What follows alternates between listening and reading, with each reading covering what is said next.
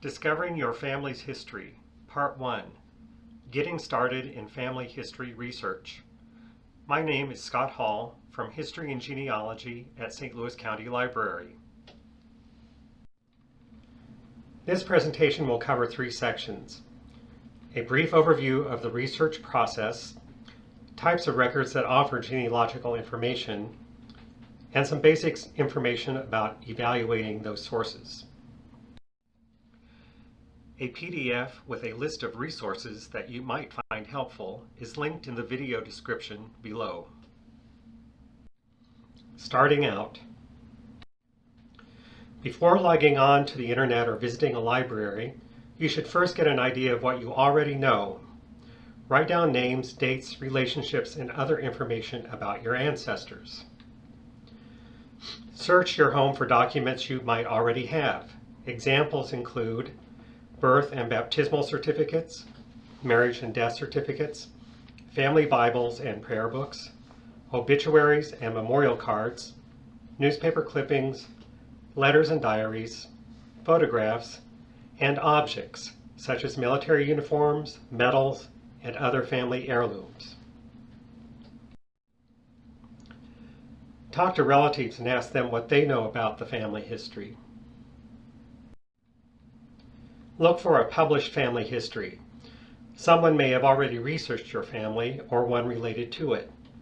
St. Louis County Library has 13,000 published family histories. I will discuss how you can access this collection and other library materials in Part 2. Collect your notes and begin to organize the information. 2 standard genealogical forms are useful for this task. One is the 4-generation chart shown here. On this form, enter information about yourself or the latest generation you want to start researching. Then fill out what information you have for previous generations. Another useful form is the family group sheet. These are handy for consolidating information about family units in one place. Note information about the parents and then each of the children. Using these forms will help you see the links between generations and help you plan your research.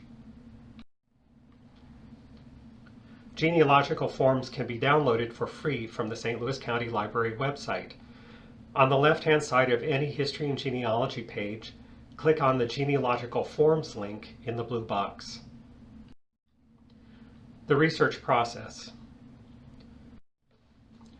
The research process begins with yourself or the latest generation you want to start with. Research one individual at a time and one family line at a time. Work backwards one generation at a time. Following this process will help you keep focused and also help you avoid getting confused or overwhelmed by information. Although it may be tempting to do so, it is important that you do not skip one generation and begin researching an earlier one. Each generation is like a link in a chain. If you skip a generation, you might end up on a wild goose chase by researching the wrong family. Your direct ancestors are not the only individuals you should investigate. You can often find clues by researching your ancestors' brothers or sisters. Research your ancestors' fan club. That stands for friends, associates, and neighbors. People often moved in groups or followed one another in chain migrations. Investigating these social connections may provide valuable insights into your family's history. As you research each generation, support your conclusions with documentary evidence. Was Sally the daughter of John and Mary? What evidence do you have to support this? Don't make assumptions. Support your conclusions with evidence. Create citations for the sources you used in your research. When consulting a source, consider what the format is. Is it a book, an archival document, a personal letter, a web page? Who created it? Where was it created or published? In the case of unpublished documents, where did you find it? When was it created? In the case of online sources, when did you view it?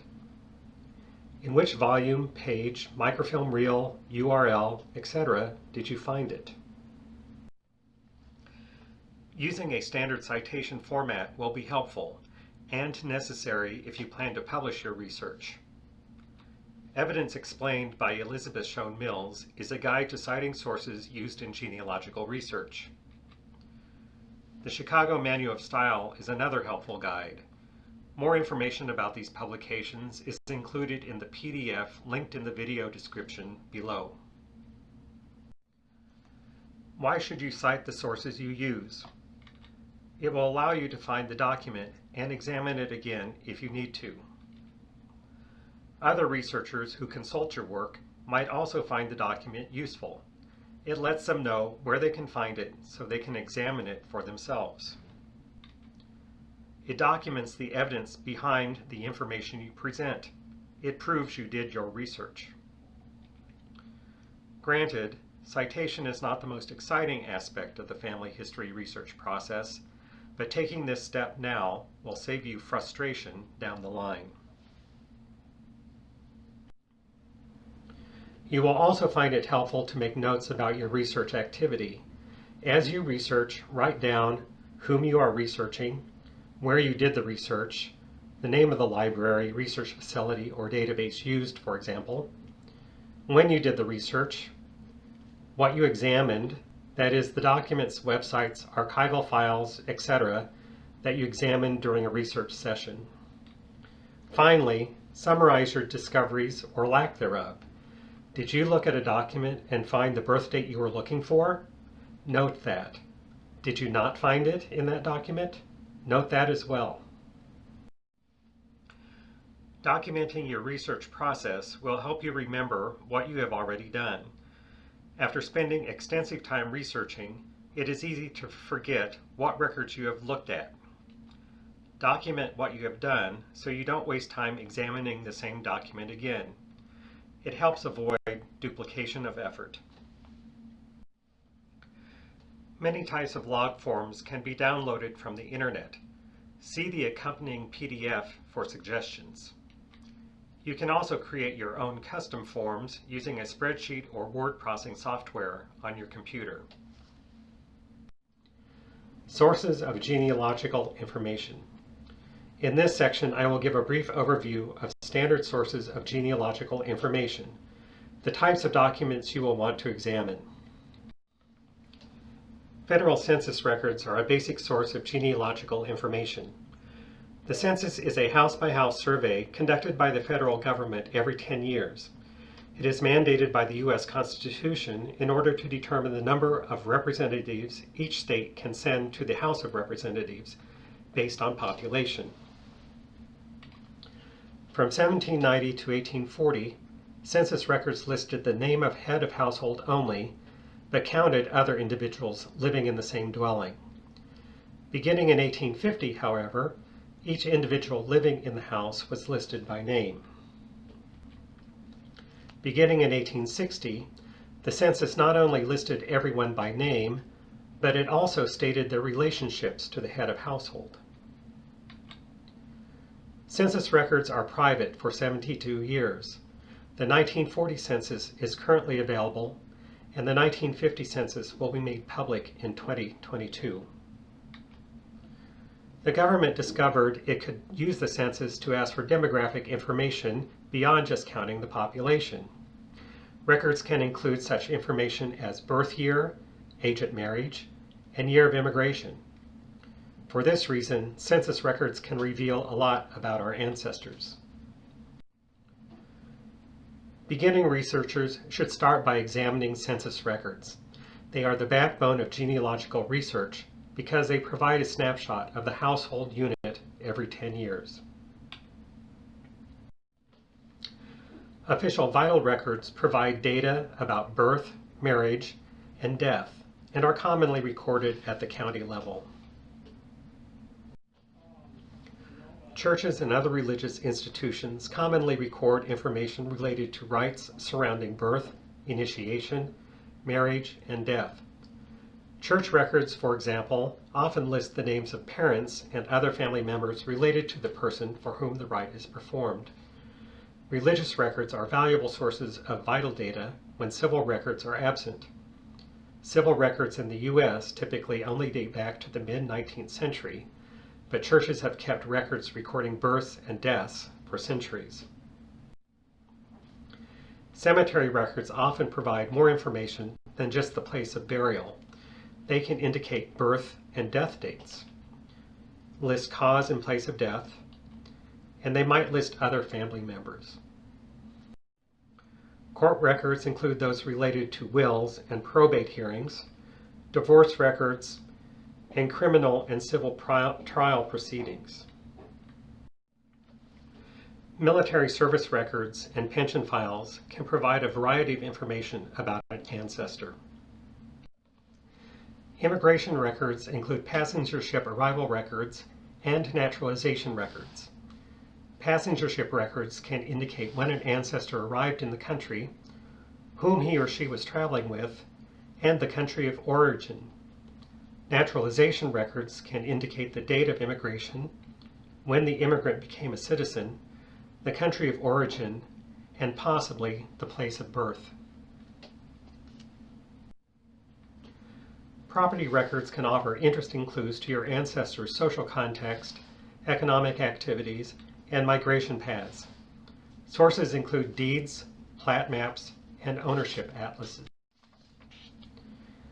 City and county directories are available for many communities going back to at least the early 19th centuries. They are similar to telephone books in that they list names and addresses. Only the heads of households were usually listed. They often also listed occupations and places of employment. An ancestor's disappearance from the directory from one year to the next can be a clue to the year of death or a move to a different community. Newspapers are great sources of family information, and digitization is making it easier to find information in them. The most common use of newspapers is for finding obituaries and death notices. You can often also find news articles and personal tidbits that help fill out your ancestor's story. Published materials include books and periodicals. They offer compiled family histories, local histories, and many other kinds of genealogical information. Evaluating genealogical information, original versus derivative sources. Once you begin doing research, you will want to start thinking about the kinds of sources you are using and how reliable they are. One of the basic ideas you will want to consider is the difference between original and derivative sources. Derivative sources include transcriptions. These are exact word-for-word duplications of the original text. For example, someone might create a typed copy of an original handwritten document so it is more readable. Abstracts are another derivative source. In this case, someone examines an original record and copies out only what he or she thinks is essential information. For example, someone might look at a will and create an abstract listing only the name of the deceased, the name of the heirs, and a few other details. Abstracts are useful because researchers can get essential facts without wading through pages of handwritten text. Indexes are perhaps the simplest derivative source. They are used primarily to find a specific record or indicate that a specific record exists. They point the way to the information you are trying to locate, like an index in a book. A death record index, for example, might include the name of the deceased and enough other information to locate the correct record. Derivative sources start with an original document or an exact photographic or digital image of it. A human looks at the document and transcribes it, extracts information from it, or otherwise creates another document derived from the original. The result is the derivative, the transcript, abstract, or index. Derivative sources are essential tools and heavily used in genealogical research, and because they are usually published, they are widely available. However, the human element can introduce errors and omissions. You are relying on the transcriber's skill at interpreting handwriting or what the abstractor chooses to include and omit, for example. Derivative sources are great for discovering information about your ancestors, but it is always advisable to find and examine the original document wherever possible. By doing so, you can examine, interpret, and verify the evidence for yourself. Family history research requires more than just finding information about an ancestor. You will also want to evaluate the information you have found to determine if it is accurate and how it will apply to your research. The PDF listed in the description below offers resources for learning more about this subject. Summary. Document what you already know and organize the information. Start with yourself or the latest generation you want to research and work backwards one generation at a time. Research one family line at a time to stay focused. Cite your sources and keep notes on your research. Begin looking at standard sources to find information about your ancestor. Don't rely on derivative sources solely. Examine the original document whenever possible. This concludes part 1. In part 2, I will discuss locating genealogical records. Did you find this video helpful? Do you have a question or need research assistance? The St. Louis County Library History and Genealogy staff would be glad to hear from you.